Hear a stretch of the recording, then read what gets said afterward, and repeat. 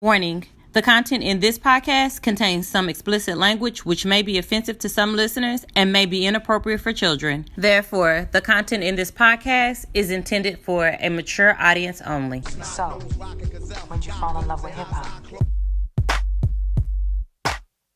Right here, what we're gonna do is go back.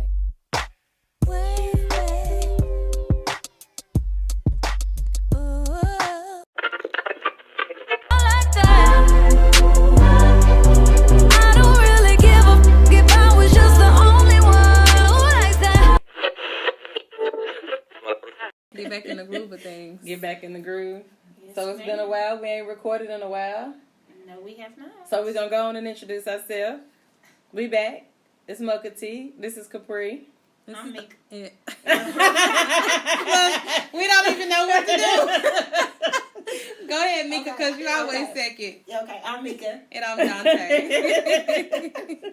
That's funny. I know y'all missed us. I've heard that I've gotten a couple of questions on when we would be back or if we were coming back. Some people was afraid we wasn't coming back. Yeah, we didn't break up. We just took a break, like a summer break, because we need to spend time with our kids, enjoy our Sundays and stuff like that. And enjoy our kids. Exactly. Dante had one going to college. Yeah. And Mika Yes, got one ma'am. prepping to go to college next year. Yes, ma'am. And then the next year, I got one going to college. So I feel like we're going to all be in this going to college scheme for a little while. Yes. Yeah, that's gonna be the shit though. That's gonna be like, when we all get into college, that's gonna be like, oh my god. It still feels really weird. It's only been like 2 or 3 days, but I keep walking by her room. I think I need to just fix her room up and make it really pretty, because she left it junky. Oh, yeah. And so I keep walking by her, and now I'm irritated because it's like, I told you to make your bed. I told you to do this. And you can't tell her to do I can't do nothing. She packed up shit and she left. Don't ask me to do nothing. Yeah, but we've been texting a lot and stuff, and so she was like, class was good today, and she would call me later and tell me about it. And so. Oh, that's good. Oh, she had class? Today was the first day of class. But you know, freshmen Already? have 2 weeks. Yeah, they got 2 weeks. They have 2 weeks of class, and they get 2 credits. I didn't know that. Is it like a freshman orientation kind of It's class? a freshman class. Something like they are freshmen. I didn't know that. When they always at Langston, you always got to go 2 weeks ahead. Yeah, she had orientation yesterday, because I went down there yesterday, and she was trying to rush me out the door. She's like, yeah, I got somewhere to go. What you have to take down there a towel? You just wanted a reason to go. It looks like you forgot your toothbrush. I took a vacuum. I'm like, what else you need? She's like, you could bring my TV. Anything else? She was like, I need an antenna. I need some seasonings. And then I was like, I'll be down there. And she's talking about today? I'm like, yeah, I'll be down there today. She's like, don't make it a habit. Don't come down here every weekend, mama. I ain't gonna bother her like that, because I don't like driving like that. So I ain't gonna bother her like and that. that ain't just no. From my house, it's a pretty cool drive. And I can tell 25 minutes, but from her, yeah, 40. And I can tell she looked like she was having a good time, because they keep having. She was like, they had a block party till like 1 a.m. and because her apartment is right there in the front. And so when I went yesterday, they were playing music, and I said, "Oh, you got your full face on today." Hold on, wait. Hair slayed. Her beat. Yeah. Her face. And she ain't even got all the upperclassmen up there yet. Not yet. But they had them little athletes up there, though. Yeah, the athletes there. Yeah, I was like, huh, his body kind of nice. Look, they grown men, but they ain't grown men. Yeah, girl, they over 18. I remember back in the day, I was probably about 12 years old in this one little thing, girl. I used to go down to Langston. This one, I met some little young boy at the bowling alley one day. Yeah. I used to drive down to Langston. That little thing was, boy. Girl. I was like, oh, boy, he kind of cute. Girl. I was straight up cougar. I know. I was looking at him, I said, oh, yeah, them girls going to be on him. They're going to be fighting over that right there. Yeah, he's going to be on it. Mm-hmm. Say, honey. And it's weird, because I thought that they used to separate the girls and the boys. But they used to. They don't anymore. No, because it's apartments now. Yeah. Yeah, they used to. So everybody just... Because, the guys used to stay on one side and the girls used to stay on the other side. Yeah. Mm-hmm. Well, it depends on where you go. Because like in OU, when we did some of the tours, OCU and stuff, they do still have it like that. It just depends on the campus. Oh, okay. And like you said, maybe it's the apartments. And I think it's just the way they got the apartment. Because you remember Langston used to be more, you had to stay in the dorm. Right. Freshman year. Now they let them stay in the apartment. It's actually called Freshman Village. Oh, wow. So I think it's the... So it's part of freshman housing. Yeah. It just costs a little bit more. Yeah. Mm-hmm. Yeah. Because they probably added some more apartments on campus. Yeah, definitely. Commons. It's a lot of apartments. Yeah, they have a lot of different apartments. Yeah. It's a lot of Scholars. Scholars, Okay. Yeah, Hold they on, got look, several different because departments. when I was in college, I want to say they just built Scholars, maybe. And and that's when you was in college. Cause I don't know, because when that was there, it was only one apartment. Which was what? The one that's in the old ones, in the very front, kind of by Is that in front common? of the Is it I the don't one think it was Dominique's coming. in? the one that comes. It depends on which way you come in, because they changed it now. We can come in from both sides. Oh, okay. So I don't know. Oh, okay. Yeah, they used to have just one complex there. Yeah, they used to only have one complex, and you only can come in that one way. Now you can come in from either side, and they done built it. Yeah. Well, that's good. Yeah. HBCU doing good. I heard that I made the comment about the fact that I feel like our HBCUs are being gypped in their food selection, because every other campus in Oklahoma got Chick-fil-A. Oh, you got all you can eat Chick-fil-A.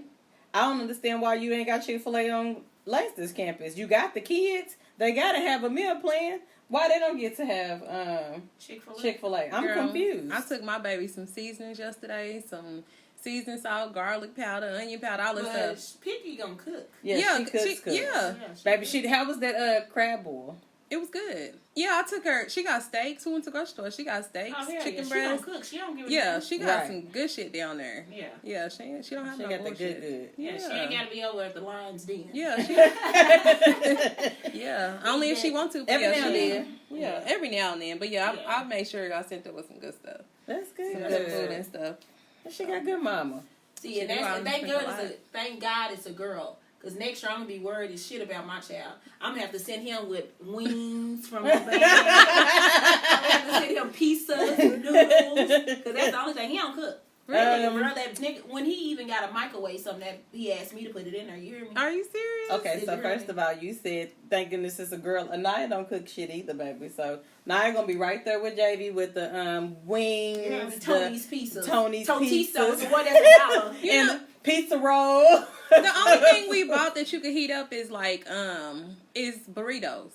Everything else she cooking. He gonna have burritos, pizza, little pancake on a stick. That's how they got some corn dogs, hot links. Hold on, instant oatmeal. She got a quesadilla maker, and so she gonna make quesadillas. He better get him one quickly while he down there. Anaya ain't gonna have to just be cute personality, because baby, she do not cook. Yes. And every time I try to make her cook, she be like, I'll be like, get some ground beef in there. Girl, I come home, they be eating noodles all day. Like, you couldn't even think to go in there and make that ground beef. Girl, I laid it out, set it out for you. You could have. Girl, no.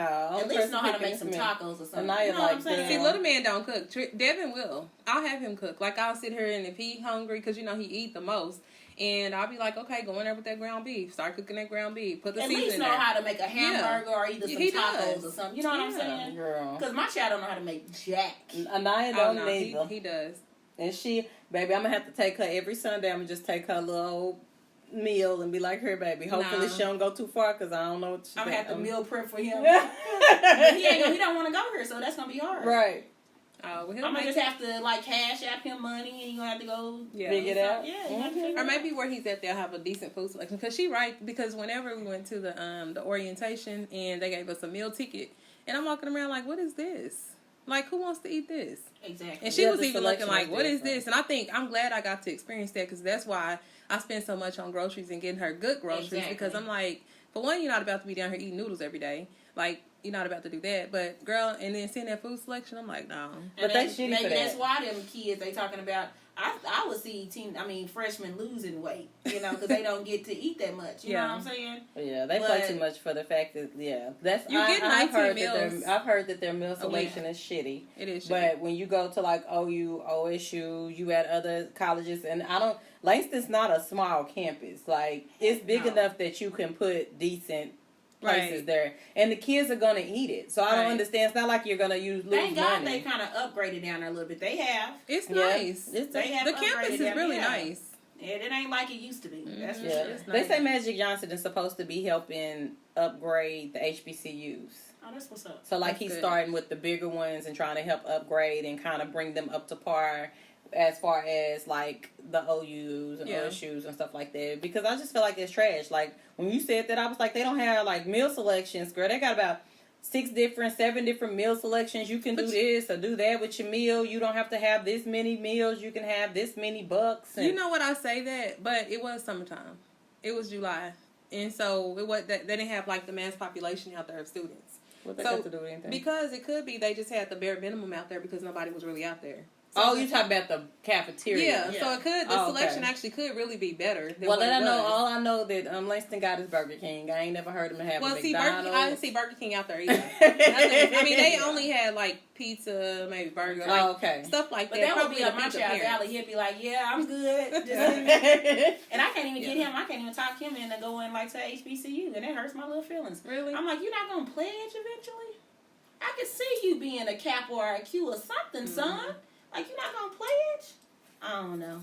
He might change his mind. He might change his mind. Dominique wasn't into an HBCU at first either. And then, she can start getting into, like, that poetry and becoming, like, a little activist. To an HBCU, and he is, like, totally against it. But she said she liked it yesterday. She was like, the people are really nice. Like, she said she really liked it. She ain't used to it. You know what? Yeah. Your child trying to get into it because you done kept her away from you her time. My child trying to get away from it because he been in it too long. I'm like JV. Yeah. So the thing is, I probably should have got a little bit more balance in the culture of kids I went to high school with. Exactly. Because then I would have been okay with the HBCU. Because by the time I got out of high school, I was taught to black people. Yes, girl. He like, I needed a little mixture of something. Send me somewhere Tennessee, Kansas.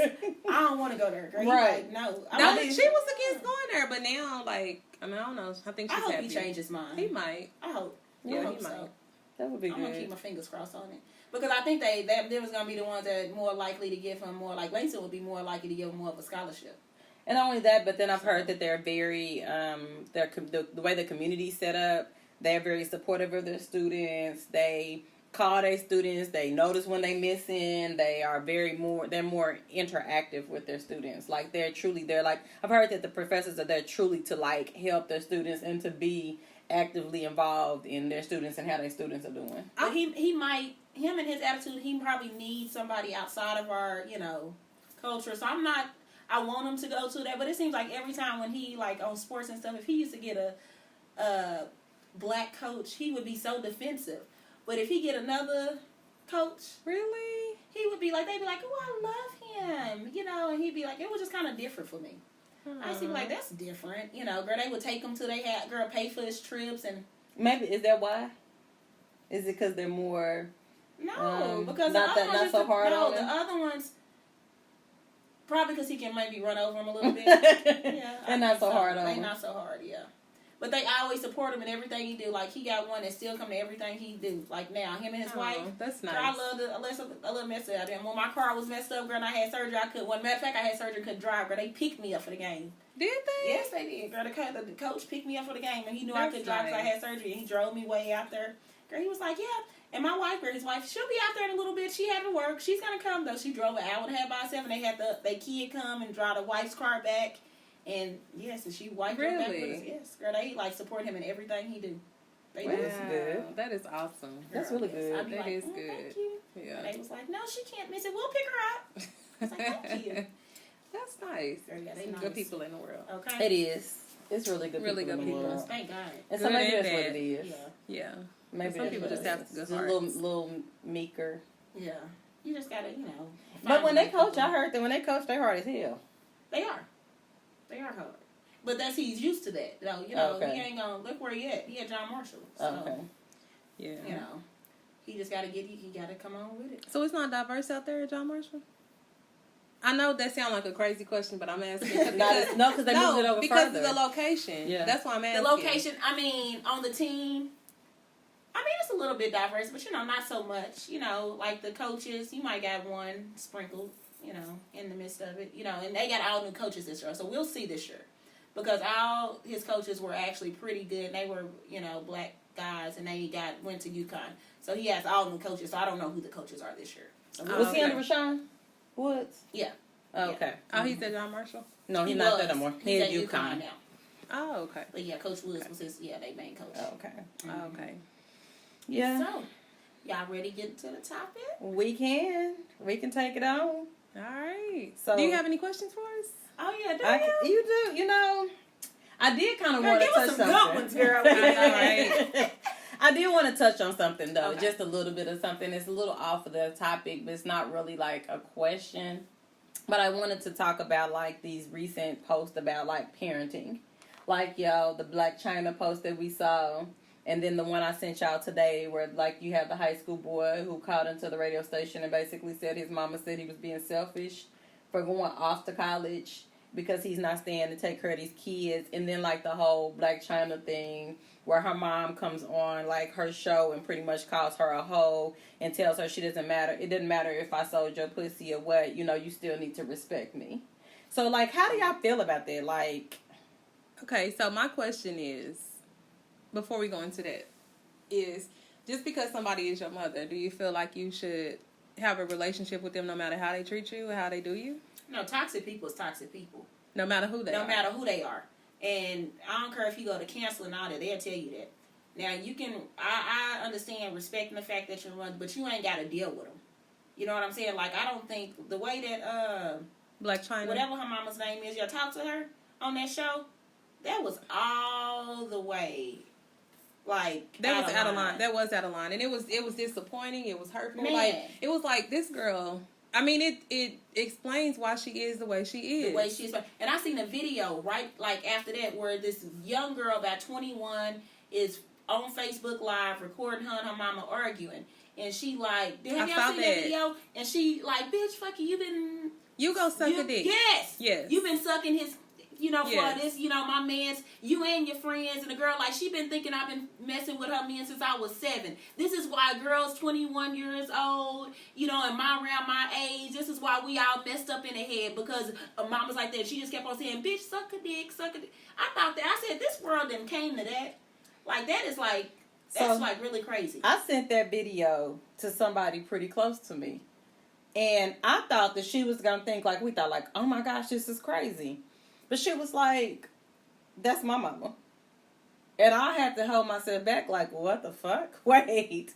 And I said, that's your mama. And she was like, yeah, my mama talked to me like that.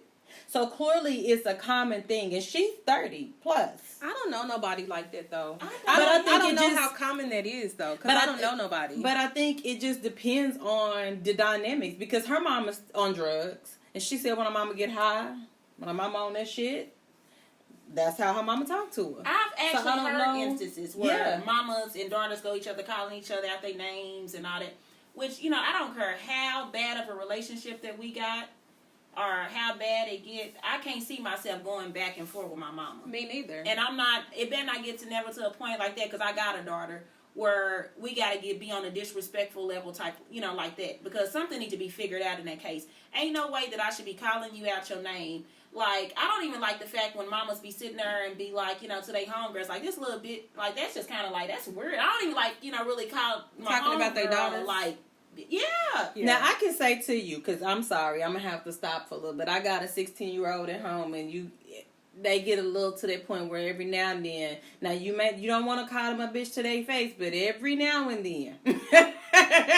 She acting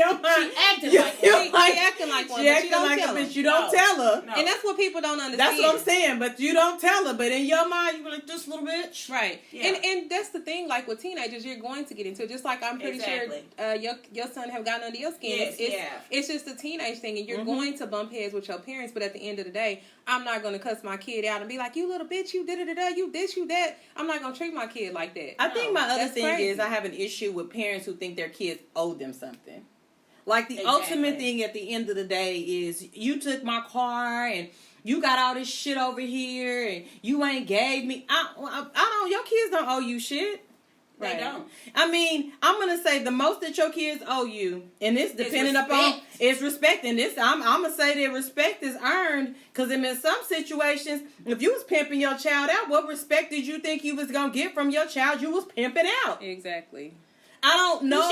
She don't even really deserve respect at that point, but just being your mama, you should give it. And the whole time in that thing, she kept it pretty calm. That whole time in that little clip. Right. I'm like, she kept it pretty calm, because I'm just thinking, like, she all up in her face, like, I'm like, oh, she pushing it. But I don't even know if it's necessarily respect for me. It's just more about I'm just not even going to deal with you. Right. So it's not even that I'm about to even cut give you off, period. Exactly. It's not even that I'm respect you because you're my parent. It's just I'm just not going to deal with you, period. Right. Because of how you act and you toxic. And Right. you're bad for me. It don't matter who it is in your family, your circle. It don't matter. Toxic people is toxic people. Exactly. And I think it's hard for us in spaces to acknowledge that, because I think sometimes people are like, oh, well, parents want you to respect them and da-da-da-da. I just think that if it comes to a point, and I believe that if this is all across the board, this is from your family to your friends to your kids to your anybody that just is very toxic, that the relationship is so toxic. And the unfortunate part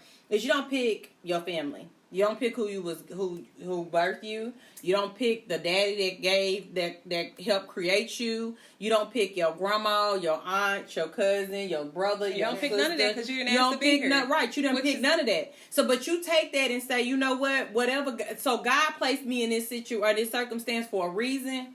No, I didn't pick them. So that means you was placed in that circumstance. So for whatever reason, even if it's to do nothing more but to help you to understand your value and to get the hell away from it, then I encourage anybody in that space to do that. Get the hell away from it. You It's have to. clearly not going to help you do because anything more. I'm pretty sure she ain't made Black China ain't made a whole lot of good choices in her life. Right. And it's kind of probably focused around a lot of shit that she went through. Right. You know, which you would think as a mom at some point you would feel bad about, you know what I'm saying? Even that, but it don't seem like that woman got no regret as far as nothing she didn't did to that child. And like she didn't mentally mess that woman up. She has. I don't care which, you know what I'm saying? She messed her up. She belittled her every chance she got in that video. Yes, she did. And it's like, how could you sit there and put your child down like that many times? That many times. It was like she was jealous. She was clearly but jealous that's of the her sad daughter. part. Is a lot of that's why I said this space where women get into you owe me, or where parents or even dads that come back later and they sons that made it and got some money. Exactly. Your kids going to college and you got these kids. Don't you dare go to college and leave me with these kids. Did nobody ask you to have them goddamn kids? Those are your kids. Them are your kids. But that's selfish for a parent to even open Right. up and say that. You know, to tell your son, if you go to college and better yourself and leave me with these kids, you being selfish. How am I being selfish? You was being selfish when you had them kids and couldn't figure out how to take care of them. You can't take care of them. That's the problem. As parents, it's your responsibility to figure out how to take care of your own kids. And this is the thing, people are always like, when they find out Anaya is 11 years older than Legend, it's always, well, I'm sure she just helps quite a bit. And I'm like, she helps from time to time, but I try to make sure that if she got something planned, that I figure out something else to do with my son. I don't want to be like, oh no, you have the right, you got to stay here because I got shit to do. Right. And I ain't never been that mama. Right. Because I always feel people like, you can't have him watch her. Well, that's not his child. Right. I don't feel like he should watch her. Right. You know what I'm saying? Even though, like, if I got to run somewhere, I feel it. I'm okay with that. But my thing is, I always find something for her to do. Like, that's not his responsibility to watch her. Right, absolutely. I'm not finna leave my child. I don't care how far apart y'all are. And yes, he's way older than her. You know what I'm saying? But I'm not that is not your child. That ain't your responsibility. I'll take care of my own kid. Right. Right. And because Anaya, every now and then, we used to get to the point where she would be like, Mama, I think I'm going to stay from college. No, you're not. You going to go on to college. Stay and do what? And help me with Legend. Oh, yeah. Oh, no, you're not. Yeah, no. This ain't your baby. This. I got had this. it while you was here. Right. I got this. Right. He good. You going to go to college. Right. And if I have any more behind him, I'm going to tell him the same thing. Like, no, these are my kids. These are not your kids. And I appreciate your help with your brother or your sister or whatever. I appreciate you being willing to do that, but it is not your job to do it. And these parents that walk around here like, you a single parent and you just making that your baby can't go to the game because I got to work and I don't have nobody else. And like, your kid don't have no life. Because as a teenager, I can understand sometime if the parent didn't have absolutely nobody to keep him and they have to work and they got to do what they got to do because you got to pay your bills. Right. And sometimes you don't have help and you have to do it all by yourself. You do. And I do understand that. And the kid, even though it's unfair to the kid, but at the same time, but don't take your kids childhood away because you working exactly 8 days a week. I'm just using 8 days a week because all the fucking time. Okay. You working, 7 days overtime. You working all the time, and your kid never have a life because they always babysitting your kid. Or let me give you another example, because we're gonna say work, because work can be, we can make an excuse for work, because work is used to provide for the kids, and we need to be able to be a family. And I do believe that as a unit, you put into your family unit, because you teach your kids how to be a community, because the community starts in your home first. So we are a community in my home, but I don't believe in my kids always got my kid. My baby got my other baby every time I go on a date with some nigga, or I'm about to go run over to his house, so my baby got my kids. Or, like, the only way, so can't your baby, because you get them, I can't come to your house because I got my kids, and them niggas be like, well, can't your daughter keep, no. Yes, ain't he old enough to keep, no. First of all, it don't matter who old enough to keep nobody. Somebody asked me that recently if they can come over, and I said, no, my kids are here. Like, it don't matter how old my kids are here. You can't come to my house. Okay, like your kids sleep in the bed with you. No, I don't fucking right. You can't. You can't come to my house. No. So that for me is where I start drawing the line. Like, when you are the kind of parent that's, the only way I can date is if you keep all Junior and all the 6 kids that I done had while I'm laid up in a room with this nigga, you cooking breakfast and dinner and lunch and shit for the kids. We're not doing that. So, like, to me, I feel like that's excessive. I can't say, like I said, I understand to some extent the work thing. Because, like I said, you're teaching your kids to be a family and to be a community. Yeah. But you should still allow your kids to be kids. Oh, absolutely. Because I've been there, done that. That's why I won't do my kids like that. Nigga, I was in the kitchen cooking eggs, ham, and toast. and ate. Making sure we ate and have to walk my sister and brother to school. Right. When I was 14, yeah. So make sure that we all wake up. I'm combing her and been there, done that. But what I respect about you is that you didn't repeat that cycle. And so many people will repeat that cycle because it's just, well, I did it. Right. I handled it. I had to, but I respect you for that you didn't do that. I cannot do that. I'm like, I would, because I felt that pain. I used to be like, oh, they ain't never got their sisters and brothers. I'm taking my sister and brother all over my homegirl's house. Well, go in there. I always had them. I'm like, hell no. Right. That's not cool to me. Right. Like, now, every now and then, like I said, every now and then you do have to take your brother with you. You going to the mall. And I told you I had to work tonight. You made plans after you figured out, this last minute. Then you got to go to the mall, but Legend got to go to the mall with you. You do recognize that part, right? Because you made plans after you knew. Right. My child is going to say, well, I ain't going. You made plans after He's going to be like, I ain't going because his little sister's going to be out at the mall. Who is that? She gonna be all up in the business. He gonna change his mind real quick. And she gonna be looking out. She gonna come home and tell everything. She gonna be like, because JB was talking to this one girl. He was in there doing it. Yeah, he gonna be like, never mind, I'll just wait till you get back. I'll be like, don't worry about it. How long you gonna be? Yeah, how long you gonna be? All right, cool. Yeah. But so that was just something I did want to touch on, because I just felt like when I read their post today, I was just like, what the fuck is wrong with some of these parents? We got some messed up parents. It is a lot of messed up parenting, but people crack me up commenting on people's parenting that don't have kids that age. You ain't even reached that yet. You don't even know nothing about this. You don't know nothing about nothing. But little kids are way bigger than teenagers. Exactly. Just wait till they become teenagers. Just wait. And then comment. Please wait. Please wait. Please wait. And then provide your 2 cents. Because we was all, we was in parents looking at them when they was little. You like, oh, my baby. But that's just like people, if you don't have a kid. Same thing. That is. Because I think that your perspective, I know that your perspective of the kind of parent you will be, your kind of parenting, the kind of things you will and won't do, the limits that your kids will push you to, all change when you actually got a kid in the middle of Walmart hollering and screaming. Right. While everybody looking at you like, what you gonna do, bitch? Yeah. You done fell out and, you want to politely get her. And all you can think, and everybody behind you like, well, I would have whooped that ass. And if it's been like this all day long. Now, this ain't the first fallout today. This is the umpteenth fallout today. And we in Walmart, and I'm just trying to get dinner so I can get home. And bitch, stop looking at me. Look. Because they already judge you like you don't know how to control your kids. Right. And I've been doing this all day.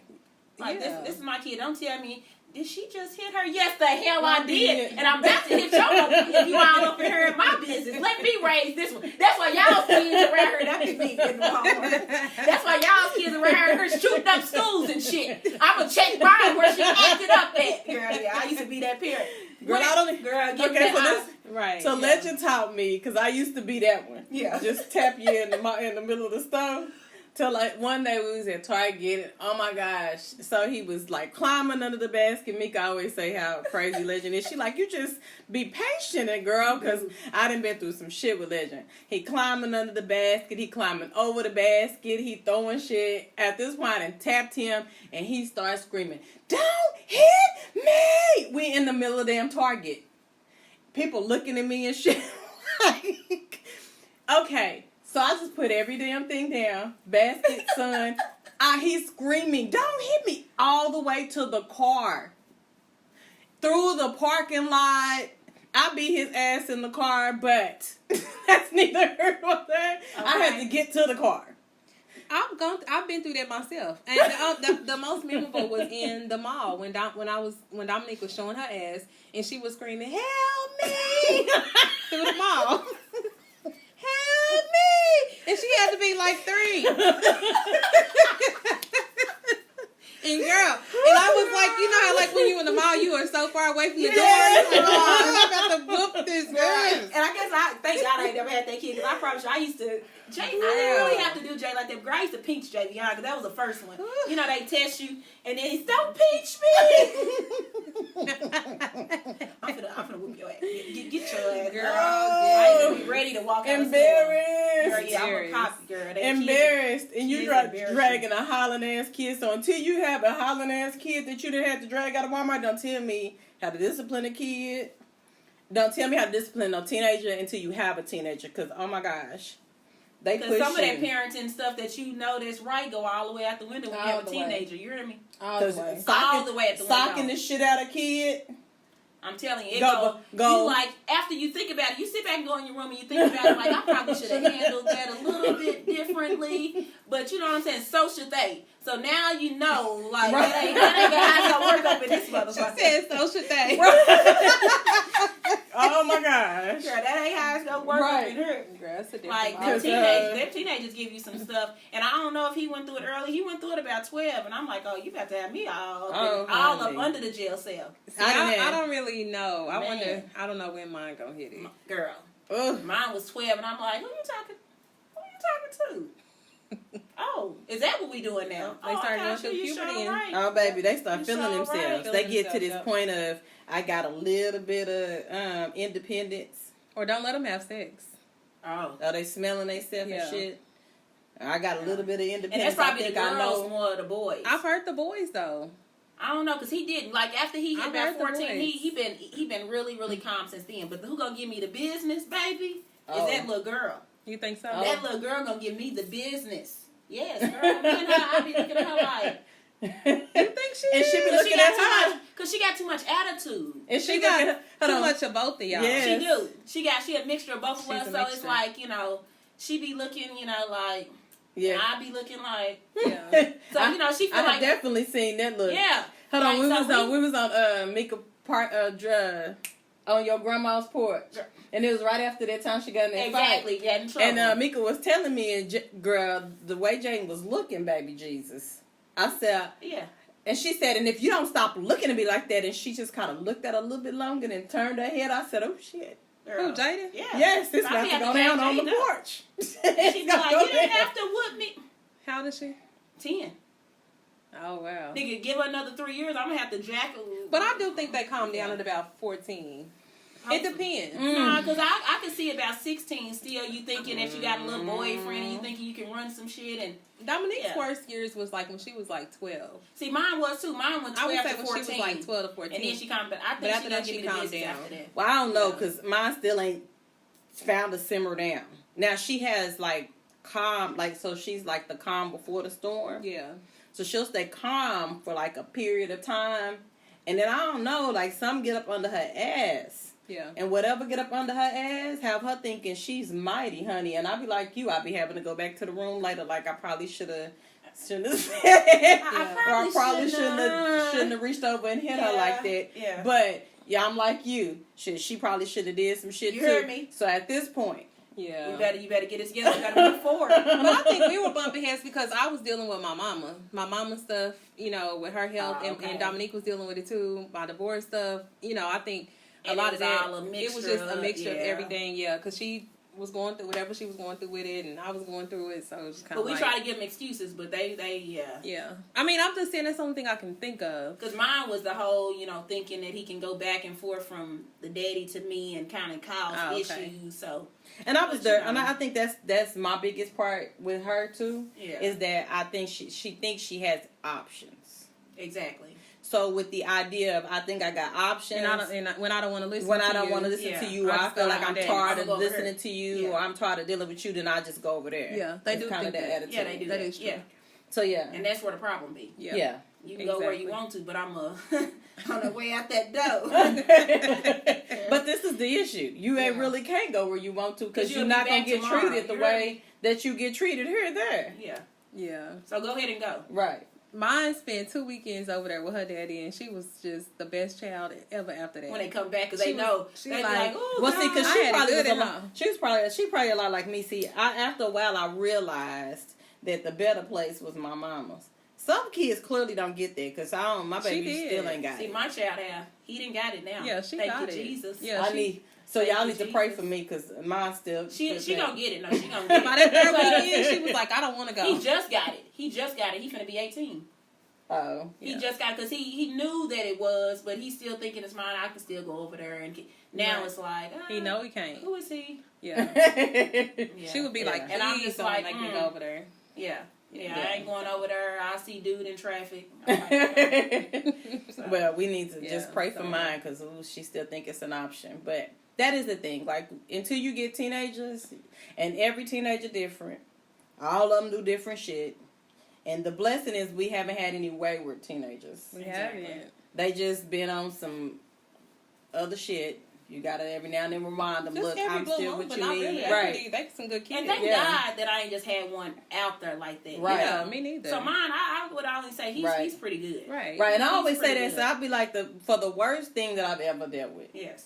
Because even when she was gone for the little bit that she was gone, I wasn't like, oh my gosh, where's she gonna be? Exactly. Who's she gonna be with? Running my ass around the city trying Right, to, I okay, slept yeah. real good. And everybody was like, you not worried? That one ain't. She's scary. She ain't gonna do a whole Okay. lot. She good. We good. And I'm like, he Right. at home all the time, so I ain't even, he ain't out here just like drinking and smoking no, none of that. You know what I'm saying? I don't even worry about him whatsoever. And Right. even when Dominique turned 18, I thought that she was going to be ready to go Yeah. out. And she just still would just sit up in her room. Okay. She was still like, she wasn't trying to get out there and kick it. And I'm like, Girl, I told dang. Jamie, I know you almost grown. He said, nah, I ain't almost no grown. He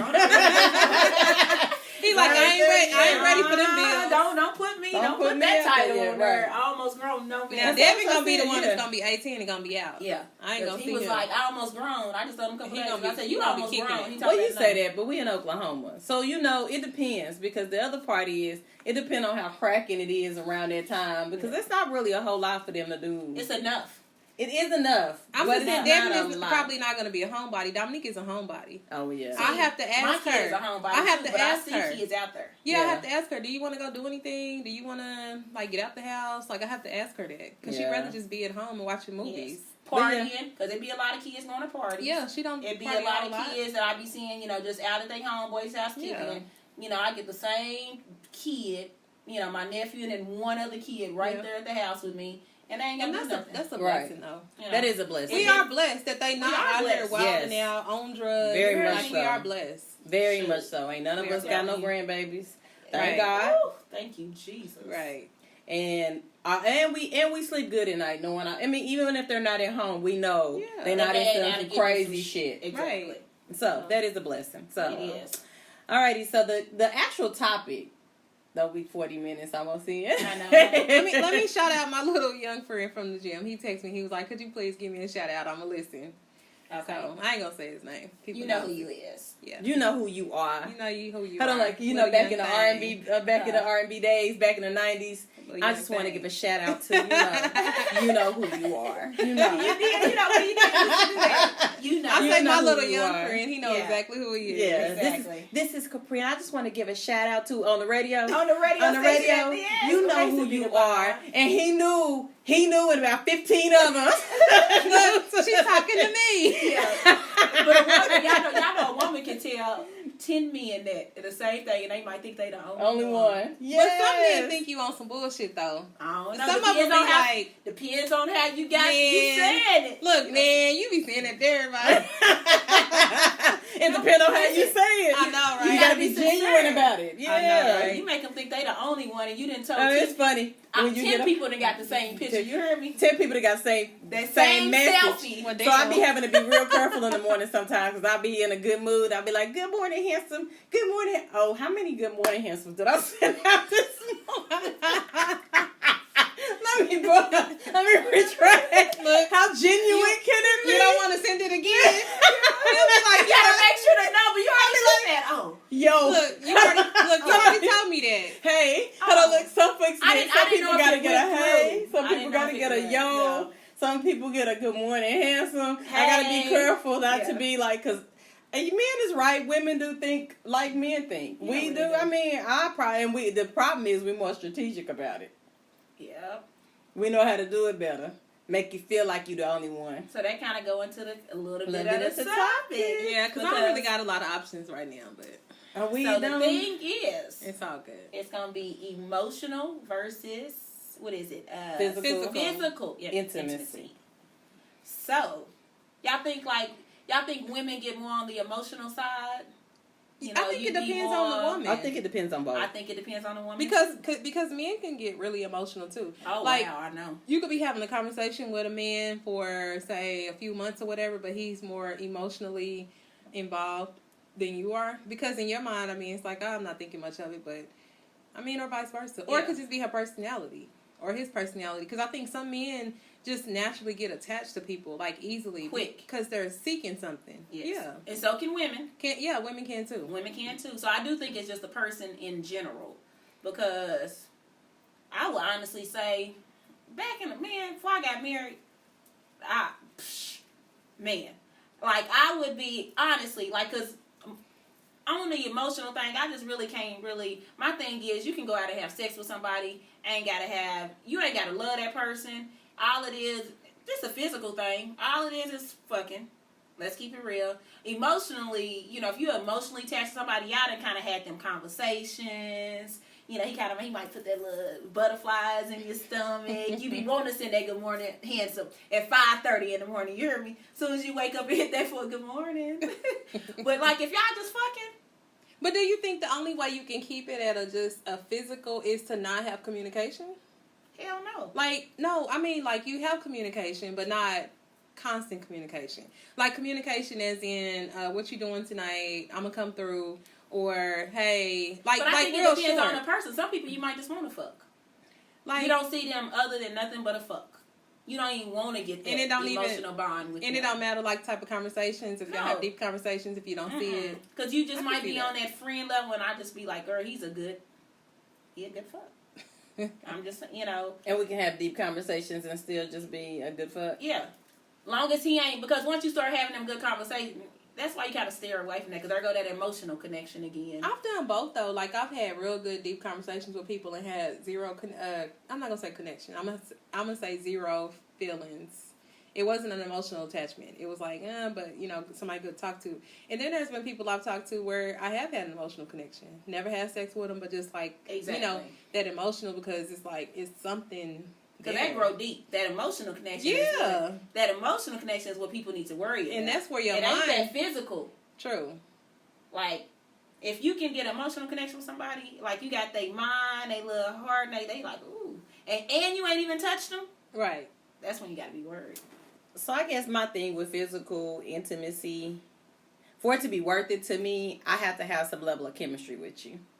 Yeah. So I need to be able to have some level of connection with you for this to even be, because I hate to waste my time. So Yeah. You said for it to be emotional? No, I'm just saying I need to have some kind of connection. Okay. So I need some level of chemistry. So there's a reason why some dudes ain't never touched me. And that's the reason because there's no chemistry here. There's nothing here that makes me, But girl, that draws me on to one me. of them nights, Capri, you done had a couple of... I know. Like, let's Listen. keep it 100. Such and such came to mind, and I know you didn't have no chemistry with him. Man. Tell me you didn't have no chemistry with such and such.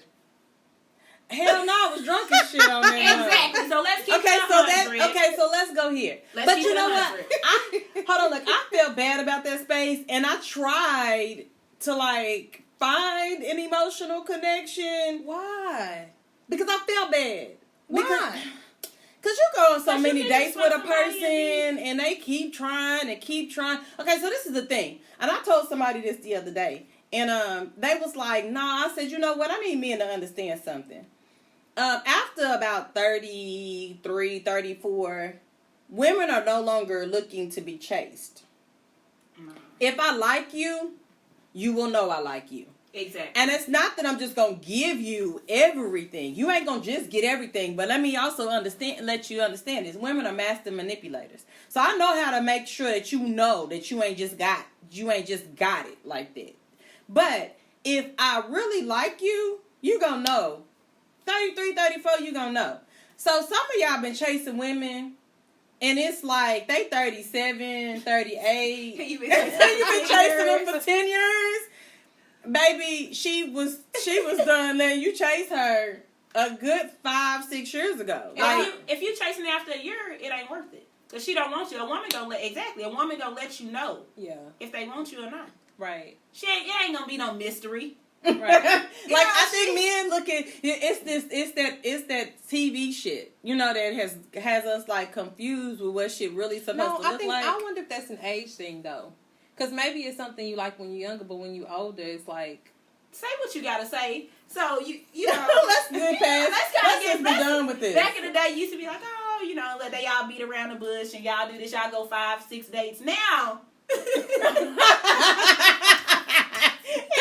We ain't now get 1 or 2 days, and if I really fucking like you, okay, all I needed was 1 date, and I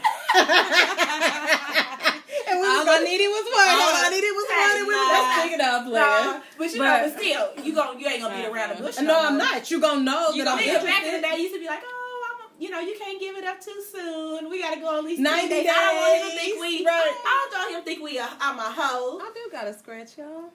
Shut your ass.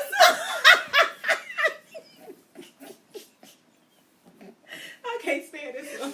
No. Not today. Not today. I'm like, what is it? And you got a little vein popping over here. It's okay. That's funny. It's okay. Just But one little on your elbow. But I think we used to be more of a... You probably did that yourself. I know, exactly. With the thing. The door. Yeah, the car on the door. Yeah. Girl. But I just think back in the day, we used to try to put them limits on. You know how we used to say it? Be like, girl, we just, Yeah, now. Because if you find and you got some substance and we got some bomb-ass chemistry, you gonna feel it. Just like I'm gonna feel it, you gonna feel it. And you gonna know that I really, truly want to do this with you. So you don't need to ask me every other 6 months to go on a date with you, to try to do something or try to sense. Like, you don't have to do all of that. Because I promise you, if I really wanted to go, we wouldn't be here. Like, you wouldn't be in my DMs trying to get me to go. Yeah, because we would be in communication. On a regular basis. Communication. Yeah, on a regular basis. It wouldn't be no 6 months later. You wouldn't be in my... For one, you wouldn't be in my DM. Right. Because you'll be on my phone. Exactly. And if you got my number and you texting and calling and I'm not immediately responding, that lets you know then too. Because there's somebody who keep asking me out. And I'm like, I ain't really, in the mood. I ain't really, I don't feel like kicking with nobody. I just keep saying that. So, my thing is, when you going to stop asking me? They don't. No. Like, when? They don't. And he not bad looking. Like, he seemed like he all right, but I'm really not interested right now. But I think I'm almost to the point where I'm getting irritated because you keep asking me. And it's like... you don't want to be mean. No, because I don't want to be mean. Come out and be mean and it say, gets look. to a point where they irritate But it's kind of like every Yeah. conversation. Can we have a conversation without you asking me out. Like, can we just talk? Let's just talk. Yes. Stop asking me out because I'm gonna give you the same answer. Now I'm ready for you to stop talking to me. Okay. Like, Now I'm just gonna block you. Now I'm gonna just ignore every time you message me. like, stop asking me that. Or you gonna message me, and every now and then, if I'm in a really good mood, because that's the other part I got a problem with some of them in my DMs. If I'm in a really good mood and I'm just on a roll, then I, send you a smiley face or something, and you think that's the go. No! You got 15 messages before this, and I didn't respond. Girl, that's why you can't, because men respond to nothing. Men be in their feelings. Men be in their feelings. Like, I know no. some women do, but some men you wouldn't think these days, a lot of men be in their feelings. I can real, tell you that for because real. I've had some situations where I'm like, damn, am I the woman or the man? Because I feel like I can't deal with your emotions. You think it's because they're making emotional connections with you and you not? That might be what that it is. is. I mean, think it so. could be. I mean, because I have been told, like, I've had people, like, damn near almost crying. Like, what are you fucking crying for? Like, dude, if you drop a tear... if you drop a tear on this phone I used to have a man that's cute. No, it ain't. There ain't nothing cute about Yeah, you no, dropping it no ain't. tear. No, it ain't. If you drop a tear right now, No. if you cry... It depends on who it is, though. No, it don't. It does for me. If I have an emotion, okay, if we have an emotional connection with each other and you drop a tear, that's different. If I have a physical connection with you and you got an emotional connection with me, And you drop a tear? you drop a tear, nigga. I'll be looking at you like, Like, you know what? That nigga ain't even. and then let me go even further. Look, Then I'm gonna get in a group chat and say, Mika and Dante, that nigga started crying. That nigga just dropped I'm gonna sit there and be like, so what you about to do? You here? I gotta try to figure out how to get up out this door. I gotta. Okay, well, because I mean, it's just like, and I can understand that, men and women can have. Some people just got more of an emotional connection than, But I think maybe that's something you need to discuss up front. But I also think, do y'all think that it flips roles? Do you think women start off in their like 20s with like emotional connections? I do. And then get into like their 30s and 40s and have Especially like if you physical still connections? single. Hold on. And then men go from having those physical connections when they're younger. I think so. And then to their emotional connections when they get older. Because I feel like the older I get, I don't know. And people be like, you just mean. And I'm like, no, I'm not mean. I just don't have time for the shit. You be heartless. I don't have time for the shit today. So I think it's because we've been through everything. We've been through a lot of shit. We didn't gave our feelings young. Yeah, we didn't gave our feelings. We done been there, done that. Gave We done been our hurt. all. We done cried. We done did all of that.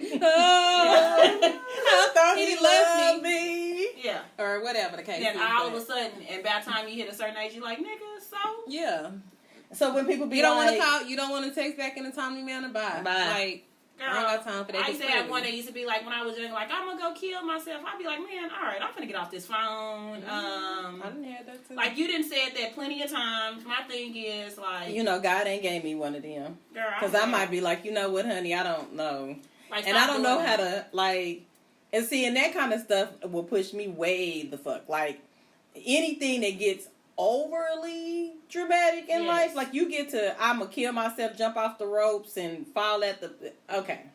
Like, So, this is toxic. This is starting to become toxic. Yeah. I got to do something different. Because I'm not going to be responsible for your life. I don't know. I want a man to have a balance though, like to have some level of emotion. Because some men are so hardcore They are. that they don't have any.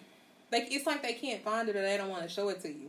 But I do like a man that will open up to me and show me that he does Knows how to have be vulnerable. emotion. Yes. Yeah, vulnerable, emotional, compassionate. But you can't be a crybaby. And you can't be Exactly. like what I realized. I don't like beta men, and that's basically bitches.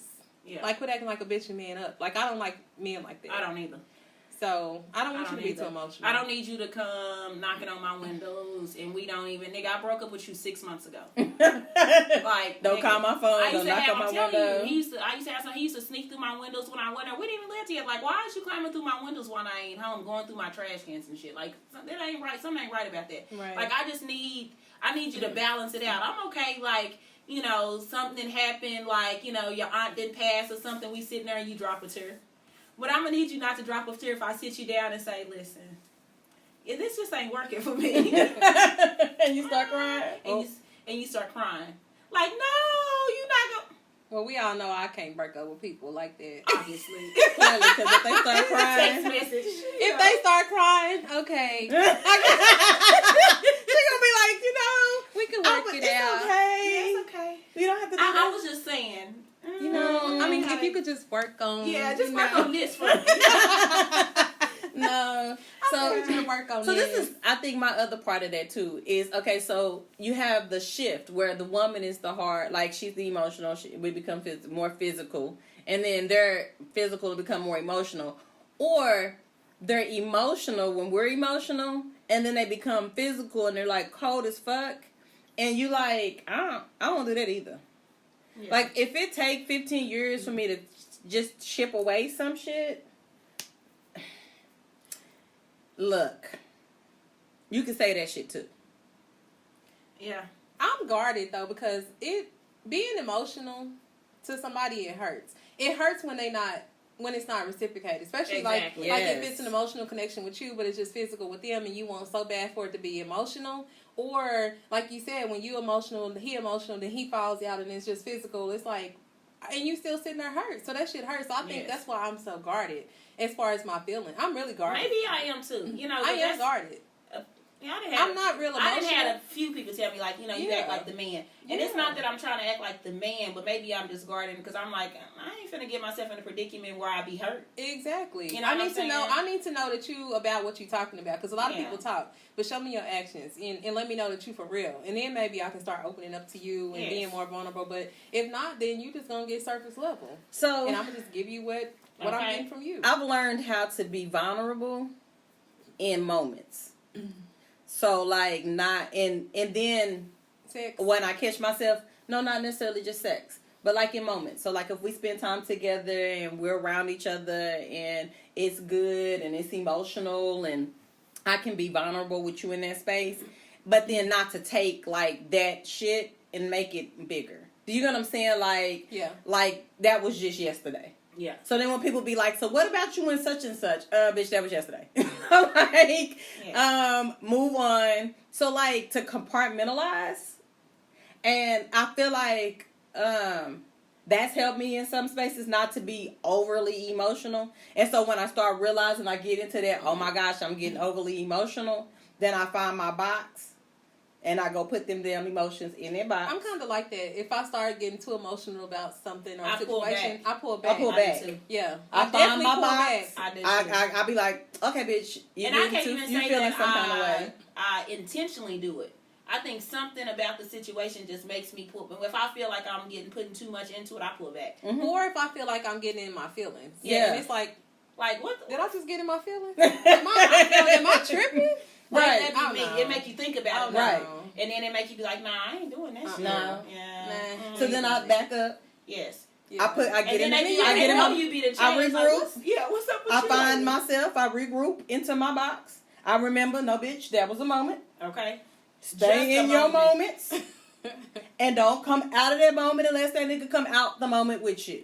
And I think that works too. So I feel like, but I think that you have to be a certain kind of person to do that. I don't think that everybody can do that. Oh, no. Oh, hell no. Because everybody, you'll be the bitch that's looking at shit, and you be stalking bitches' pages, and you'll be driving by niggas' houses and shit, because you ain't realized that emotional vulnerability was just that moment. And so he having that moment with you, and her too. And so, bitch, what you got to learn how to do is have that moment with him, and him too. Or if it's just him, just him and just pull back, put your phone down. And realize that he's having this emotional connection with everybody. And just know your place. Right. Know your place. And make it just physical. Right. And call it a day. Yes. Right. So. But some people just can't. Some women just can't do it.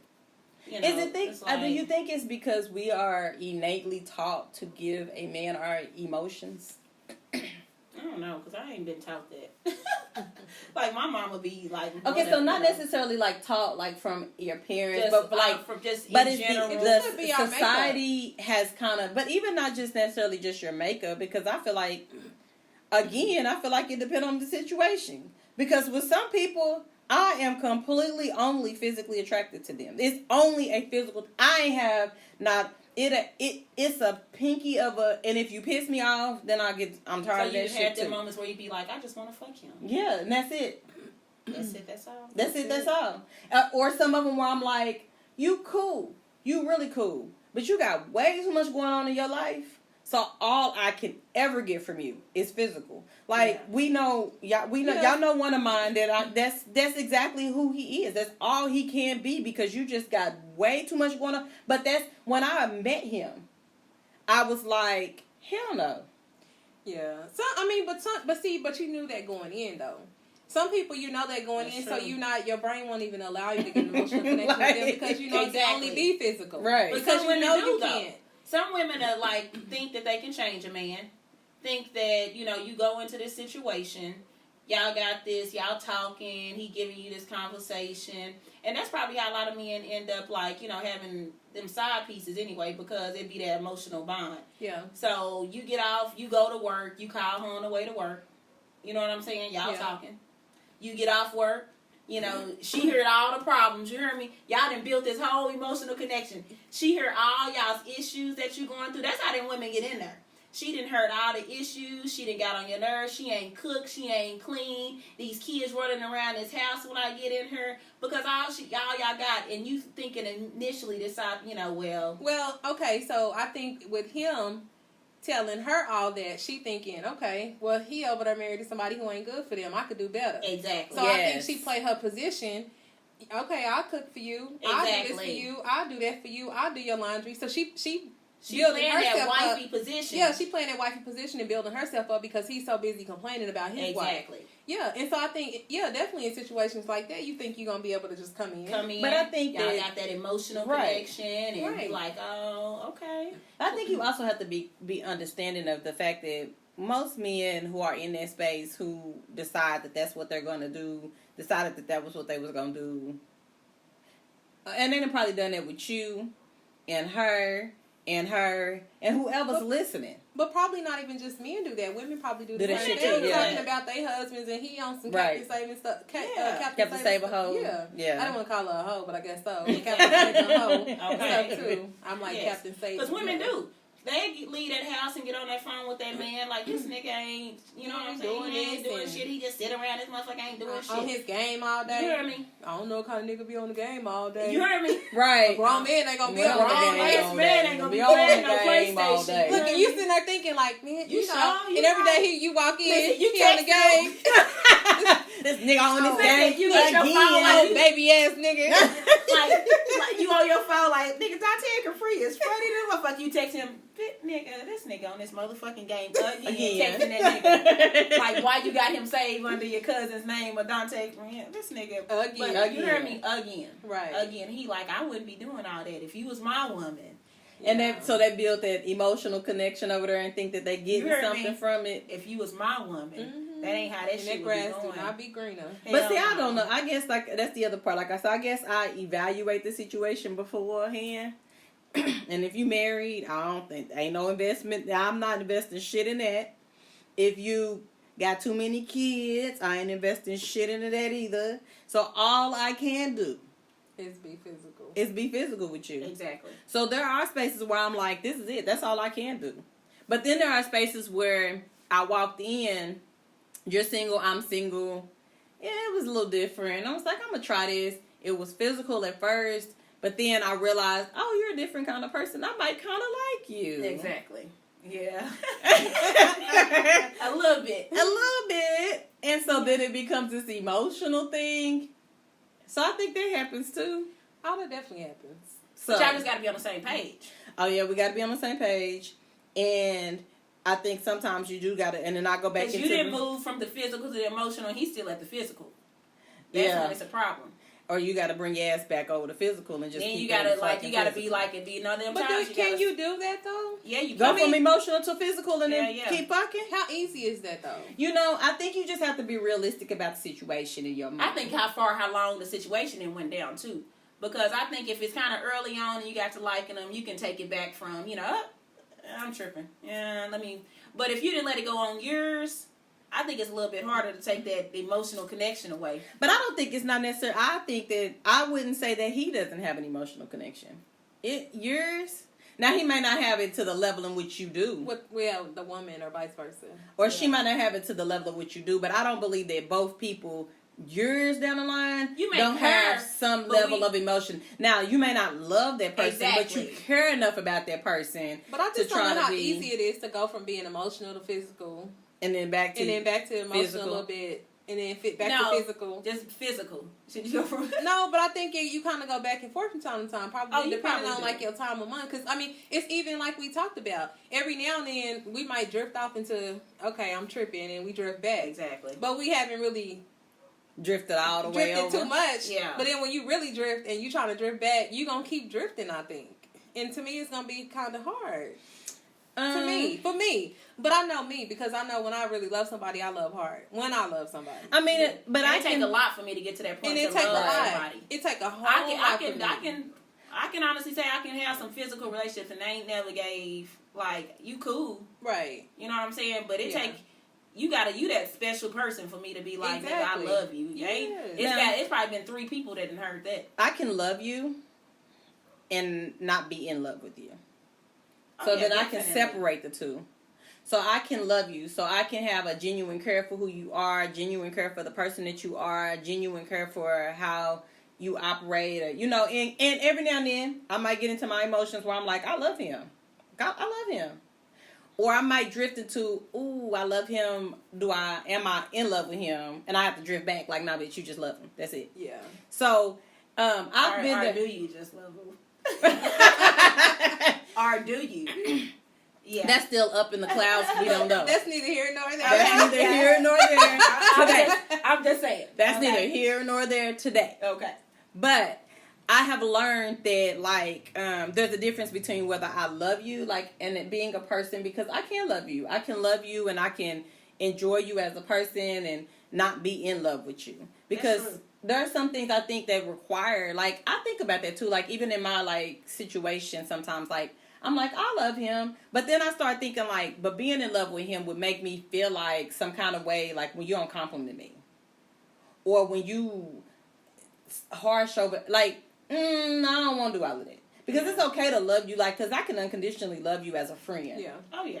You know what I'm saying? Like, and I can be like, oh, he an asshole, and that's just who he is. Exactly. But I love him. That's my friend. And that's my friend. Yeah. But, like, if it goes beyond that part, then it starts making me question, like, your emotional stability. Where the fuck you are. How you, the kind of person you are to reciprocate. Because then I start expecting you to reciprocate shit back. I think that's where we start getting stuck in those spaces. Well, and expectations, too. Yes. Is a big problem, because I think... we'll have this emotional connection with somebody, and we expect for them to have it. We expect for them to treat us like the same. Yeah. We expect for them to show us the same exact love that we showing them, and when they don't show it, it's like it's an issue for us. It is. But then when he told you from the beginning that he just wanted to be your friend. Well, not even that. But then I think also, because I posted something today that about Lauryn Hill, and she made this comment where she basically said, we don't know unconditional love. That most times when we are loving people conditionally, based upon how you love me. Because when you no longer love me to the level in which I feel like you should love me, then I don't love you no more either. So how many of us get in those spaces where we like, I love somebody, they don't reciprocate the love back to me in the way that I feel like they should, so then you just drop off. You just stop loving them. I think that goes to that whole love language thing too, because like some people it's gifts. And if you're not buying me gifts, then I feel like you don't love me. So it's still conditional. Or if you're not showing me affection and you never want to come in and touch me, so I don't feel like you love me. Right. So then I'm not going to love you because I don't feel like you love me. So I think loving... That's where a lot of relationships, go. I guess you probably need to know some of that stuff, you know. Absolutely. How people... Because, a lot of marriages, But what if I'm unable to... But that's the other part, too, is... What if I'm unable to reciprocate that to you? Not because I don't want to, but I have a physical ailment now. We 5 years down the road, or we 2 years down the road, and something's happened to me, and I'm unable to do that. So then where do we go in that space? So I have a question for y'all. This is a question in the middle of the session or whatever. And it's funny that we do that. We got into that conversation because I wrote this question down because I wanted to know. I was like, I'm going to ask them this. And so... Let me find it. Okay, so while you looking, I just want to talk about the love language thing and whatever. Mm-hmm. And why I think it's important, like you said, to do it at the beginning, so you figure out the whole, what a person likes. Because we just did it at work. It was called Colors, and it was broken up into 4 groups, but it allowed us to see different coworkers and their personalities and group them. And the reason why they did that is so that whenever we would approach because I was a gold, which is like a serious person, blah, blah, blah. And so, so whenever you approach a blue, which is an emotional person, you kind of know how to deal with them because they need to talk. They carry everything on their shoulders. And so it was kind of like an exercise. So basically, we know how to deal with our coworkers. We know how to talk to them and understand the language. Our job should do something. Yeah, like and that. understand the language. Because everybody is different. That they're speaking to us in a language that, like, I may come across one way, you may come across this way, but it's really just our language, and we don't understand each other. Which will make you bump heads. Yes, but that's if you in any kind of relationship, work, friendship, all that. Right. If you don't know somebody's how they operate. Yeah. Right. So on my cubicle, I have gold. I put it, and he sent it out to everybody, but I put mine up before he sent it out. But he sent out a license plate for everybody to put on their cubicle what they are, and that's that way, and we have our booklet or whatever, and it says this is how they respond to X, Y, and Z. This is how you should talk to them, and I think it's the same thing in relationships. Like sometimes we don't know how to talk to the other person, know how to understand that person because we just don't know. Yes, but how important is it to get to know a person's love language? And I think that's really important too. Like, when you walk into a space with a person that you are truly trying to be with or truly trying to spend some time with, even if they're just your friend, I think it's important to figure out what they like. Exactly. How they want to be treated. The kind of person that you like. I think sometimes we skip over that because we don't, we just think, oh, you cool. Friends you cool. too. Friends, I think that's important for friends too. Right. Now that you say that. Yeah, like, support may actually be my love language, a way for you to speak to me and show me that you care about something that I'm doing, or you that doing things that for that person. Like Dante, that would be you. You just doing like things. You may not be that person to be like, "Girl, I love you," or something like that. The emotional connection, but you be like, you be done seen this little candle at the thing, and then you be like, "Girl, hey." But she's a gift. She's a gifter. Yeah. So like giving her gifts is one of her languages. It gotta be. Ain't it? Okay, I think that must have started with old dude. Oh, okay. So you don't think you was a gift giver, like No, really because like it's not that I didn't like gifts, but I didn't grow up like that. Like Christmas, Mama would have like one Have you brown took bag. the 5 love language test? Yeah, and mine is more of like affection. I like affection, mine is affection. Touch. Yeah, I like that. Yeah, and I think gifts was like number 3. But see, this is the other issue. Gifts was number 3. As your friends, we can't be affectionate with you because you don't hug very well. I hug though. No, you remember? You don't. You know what? You're not a hugger. You know what? You say that, but I've actually been hugging. Like my family, I've been hugging people a lot more. I can't hug under those situations, those circumstances. I can only hug. And they gave me a side hug. I know. You okay, I could not console Mika. She could not. I was like, but I knew it was Dante. It is so still. It was kind of like I didn't know. I knew it was Dante, so it was okay. When she did the side hug, I was like, "That's Dante. It's okay." Like that took a lot out of her to be like, "Hey." Yeah. Like we've never hugged. Give Capri a hug now. We're not giving hugs because it's going to be awkward as hell. But we've never... Because, friend, you're not a hugger. I'm becoming a hugger. Okay, become more of a hugger and then we can hug. Yeah, I think I just don't hug y'all, but I hug my brothers all the time. That's what I said. So I hug my brother every time he comes and he goes. So when she starts talking about her love languages, as a friend, I know affection is one of her love languages. She talks about it like when she likes that from her men. From my men. She likes that. She likes touch and she likes affection. And my kids. Yeah. Right. But when it comes to like us, like, it's not, you can't really bear, like, it's like, well, friend, I can't hug you because that's going to be real awkward the moment Yeah, it will, because if I lean in and hug you. The hug that we got was kind of, it was definitely, and then you asked me about it later because you knew it was awkward. You was like, Mika, was that hug? And I was like, yeah. Look, it's okay, Dante. No, when a person is like in situations like that where somebody passed away or they like really grieving, it's hard for that part is hard for me. Okay, because it's more of like you can't fix it. I don't know what to do. Right. Yeah, and so it's like so that's why because I know like you need like me hugging you, I know, like, you missing that person. You seeking something deeper. I can't give it to you. I'm trying to give you this hug. Hey, girl, you all right? So I'm like that too, and I don't know, like, so it's bad for me too because I withdraw from people, and I try not to because I feel like you need the space because you don't really want people in your grill all in your face, and then I have to pray about it because I'm like, but this is my friend, but I don't really know how. Like, I think that I struggle with the how. Like, how am I supposed to be supported without being too in the way? Because, you know, my face looks almost like this. It does. And so it's she's like, my face looks almost like it don't have no expression. Looks exactly like that. No expression at all. But that's okay. Hold on, and we know have you ever cried in front of her? Yeah. It's awkward as shit. Cause she just sits there because she don't know what to do. She ain't to show me like, friend, give me a hug. I'm a hugger. No, you're not. I was crying when she gave me the side hug. I was, thank you, Dante. Thank you. But all I can think about in my mind is when she said it, then she had to come back and ask. She knew it was a little awkward. Oh, it's okay. It's okay. Don't worry about it. But I hug my kids. Like I said, I hug my kids all the time. My brother. I hug my family. And you might move into it, you know. It's okay, but we're gonna let you be a hugger for a while. But I noticed, because I saw my uncle the other day. I hugged him 3 times before I left. Oh, that's what's yeah, well, I hugged him when I seen him, and then I thought I was leaving, hugged him again, and then when I finally left, I hugged him again. See, that's what's up. So it depends. So what's your question? I've hugged Mika, but I can't hug. I'm gonna hug you. Yeah. No. You should. I forgot to put the other on. That's okay. Not today, friend. Not today. Yes. So my question is this. So before we end everything, because we're gonna end on this one. Yeah. We're gonna end on this question. Okay, that's what's up. So since we're talking about emotional and physical, and I think it's just really important sometimes to kind of put it in like real life scenarios. And so I'm just, y'all know me. I be like going through life and be thinking of stuff, and I've had a whole month to do that, so we got quite a bit of stuff. I appreciate that. So it says, you get married to a man who has presented himself as well put together throughout the entire time you dated him. He's financially stable. He loves you. He treats you really well.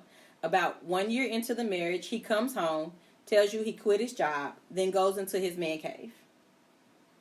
For the next 6 months, you find him spending all of his time in his man cave, only coming out to eat. Some nights he even sleeps in his man cave.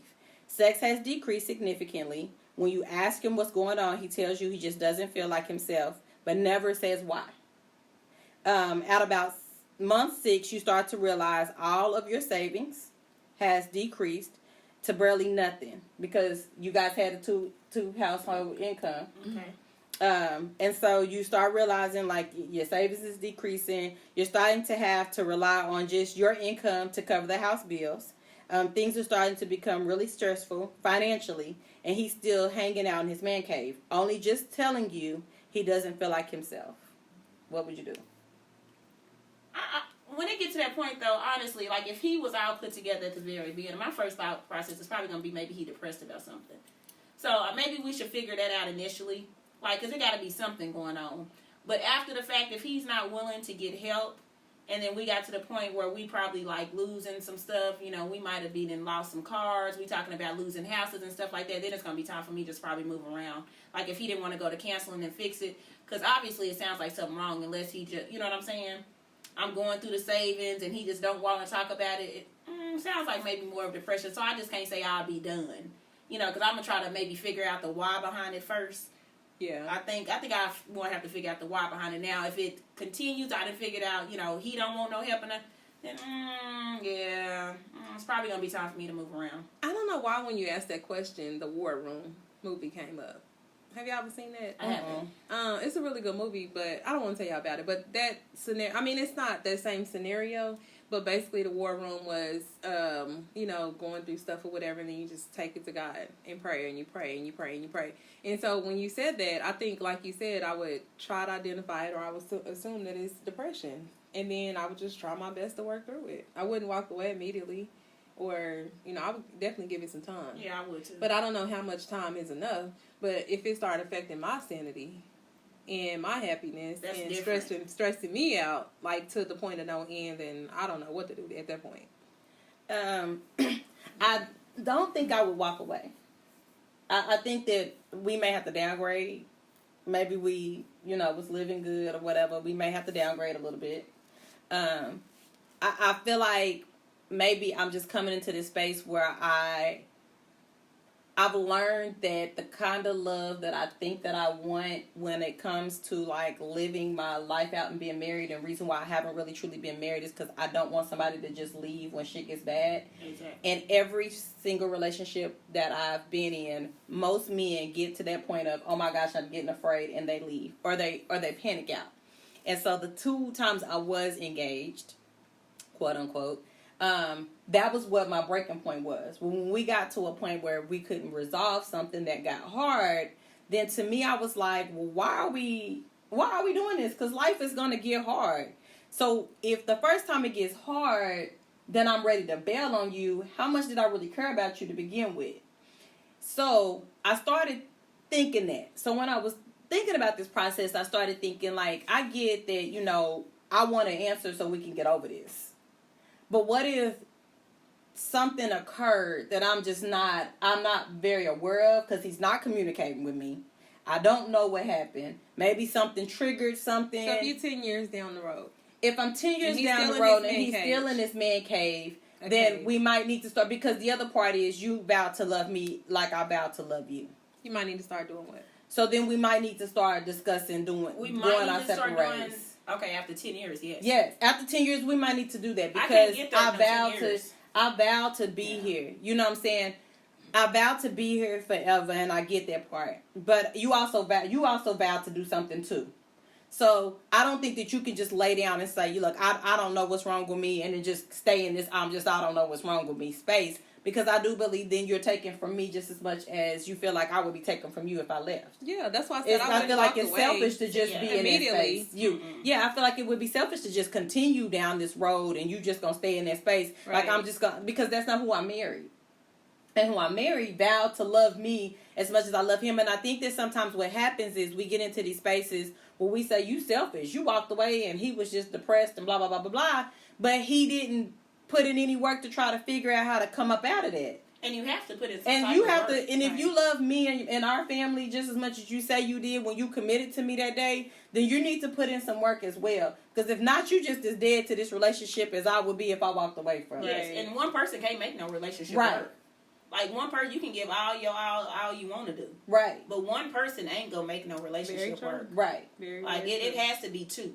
And now, when I get to a point that I'm just doing by myself and I'm trying to figure out, like, hey, we need to figure this out. Like, what is going on with you? And I'm constantly asking you, and you constantly, like, pushing me away, like, no. No, I'm not going to walk away at the very beginning because, again, I did vow to you, and I got you, I'm loyal to what I did. But like she said, you vowed to me as well. Yes. So. But you vowed to me as well, so I'm going to need you to stick to that. Right. I can't do the one-sided thing. Right. And like I said, maybe something triggered you in that day. You just quit. You came home. And whatever it is. But we get a year down the road and you still not talking about it. You get 4 years down the road and you still don't want to talk about what happened. At that point, I'm starting to question whether or not you believe that you believe in me. Because then the other question then starts to come into this part. You're supposed to trust me with your deepest, darkest secrets because I'm your wife. I'm your best friend. So you saying he's not working it all on you, solely the... Well, it's just starting to decrease. I'm not saying that at this point, we 6 months in. So we've set aside money. We didn't really have anywhere we was putting the money. We just, as a married couple, we were like, we make this amount of money. We're going to put money aside, maybe for vacations or whatever. So that money has started, we've tapped into that. Decreased. And it's starting to decrease at this point. And we are starting to rely a little bit on my own income. We 6 months in, though. That's not the worst case scenario. And a lot of women can't take care of the household by themselves. Right. So at this point, where do we go? Right. Because a lot of people can't live just one income base. She said downgrade.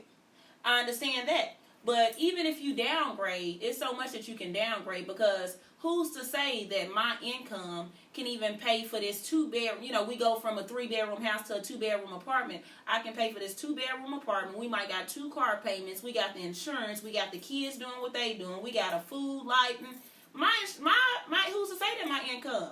You better hope it do because where do we go from here? Right. Like, you can't, it ain't so long that you can sit in this man cave before we both get frustrated. It might be something that turned into toxic anyway. Right. You know, after you didn't talk so much. So you're going to have to figure something out at the very beginning. It would turn toxic. Exactly. I think it would eventually turn toxic. Because that frustration is going to like, build if up. he's not saying anything, it's going to turn into a toxic situation. Like, Right. I can see if he's just like, you know, I got some things, I'm not myself, and he's kind of talking to you about it. But if he pushing you away and you just don't know, and he just sitting in this man cave, and you going to work every day, and you come home and this nigga just sitting in, like, where the fuck we do that at? Coming out to eat. Yeah. You know Going what I'm back saying? in there, sleeping in there. I go in there, he been out, he done bought food and shit. Like, nigga, you can't buy no food. Like, you can't be going out to eat. Like, nigga, we ain't even got no money like that. No, Right. like, no. I think there's a balance between, like, because, you know, again, I think sometimes we love conditionally. And so then my point to this conversation was, I think that people say that you love on a condition, but I don't think that unconditional love should be abused. Exactly. And so I do believe that you can love somebody unconditionally, but still set limits to what you're willing to deal with and how you're willing to be treated and the way and things that will without it being a condition. You get what I'm saying? Like, my husband can become crippled and we just have to deal. Like, this just has to be what the fuck we have to do. Like, and I just have to pay for and take care of. And for the rest of my life, we may be living on one income. But at that point, we're not really living on one income because he get SSI. So we can figure that out. And you gonna make it work. And we're going to make it work from that, through that. And we may have to downgrade. And my husband may get depressed and sit in a room and not do anything. But I do need you to still also not assume to think that you just going to sit in this room for 10 years and never say shit to me about it. Like, we need to be able to get over this. I don't even think I could do 10 years. I'm going to say, I don't even know if I can do over 2. You sitting in that room. No, I ain't going to lie. I could probably get to maybe 3-4 years. I mean, I'm kind of a better for worse person, but like I said, if it gets to the point to where it's like affecting my sanity, you know, I'm gonna do as much as I can for as long as I can, and I will give it my all. Exactly. But I can't say you can only. Give I don't know the time because I mean, this is one of those situations you don't know until you get into it or whatever. But it's always easier said than done. Right. But I don't know. I mean, I'm gonna try. So that's what I'm gonna say. Try too. I'm gonna try. But I ain't gonna I ain't gonna even say. I mean, I'm gonna give it as much as I got within me to give before I finally just say, fuck it, I don't have nothing else.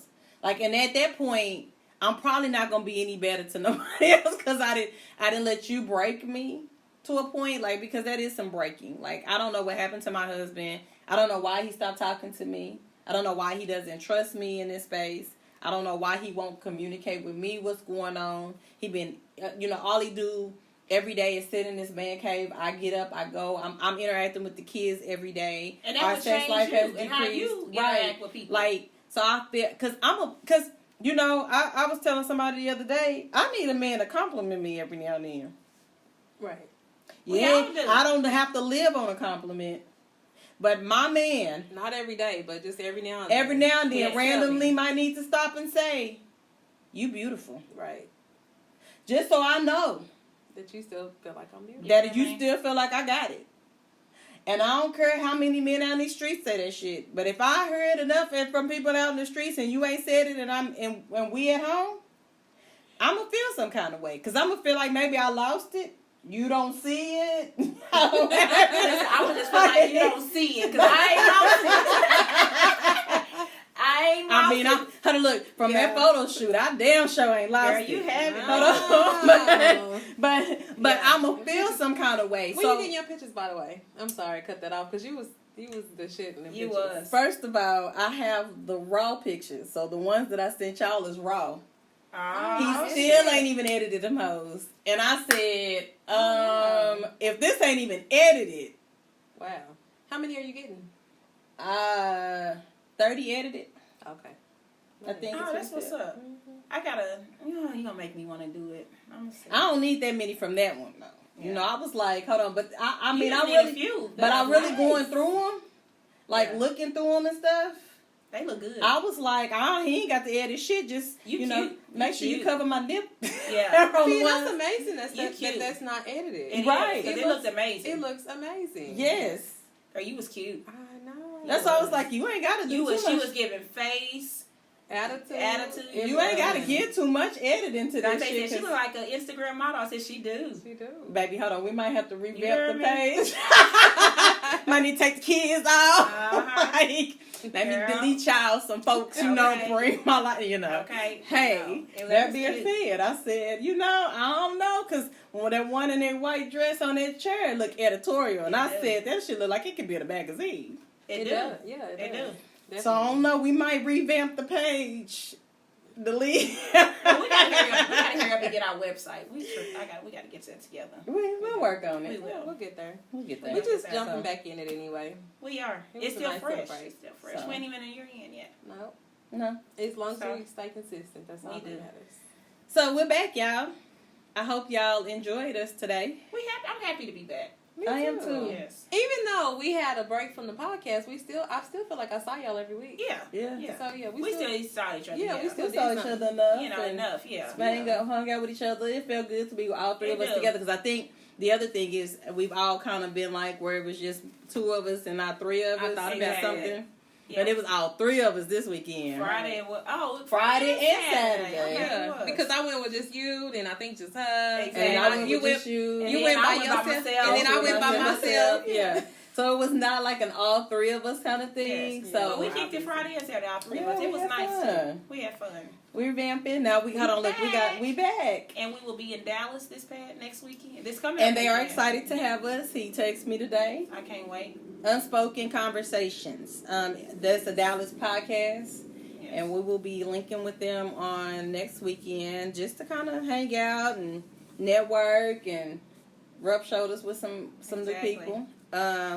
But they text today. Well, I texted him today, and we were texting back and forth, and they excited to host us. So I'm excited to be down there with I am them. too. So It's exciting. yeah. So we got a busy month because we got your birthday stuff coming up. Got my birthday stuff. Dante's birthday stuff. Dante's stuff. I don't know what I'm doing. But We even if doing go somewhere- something. I mean, we gonna go somewhere or something. Yeah, I mean, we somewhere. doing something. Cause that's Labor Day weekend. Yeah. Yeah. Yeah. So yeah, we'll do something. Be ready for them. Yeah. Right. I'm Labor gonna Day wear my white weekend. shoes. You wearing your white shoes? You should. I mean, you still got got them. 'em. You need I to got wear 'em. them. Y'all Wear ready? them. Be ready for them. Yes, find an yes. If y'all catch me on Snapchat at my birthday party, just be like, "Oh, she turned up 40." Ignore it. It's okay. No, ain't no ignore it. We It's all gonna be okay. fine. Yes. First of all, I'm gonna be fine. You hear me? Right. You gotta be ready for that. I'm ready, girl. Girl. So I'm gonna be ready. Boom. nothing's changed. We're still on SoundCloud, on Spotify, on Anchor, on YouTube. Sundays, new episode. But you guys know you can kind of catch us throughout the week. If you miss it on Sundays, it just posts on Sundays, and we're available from that point on.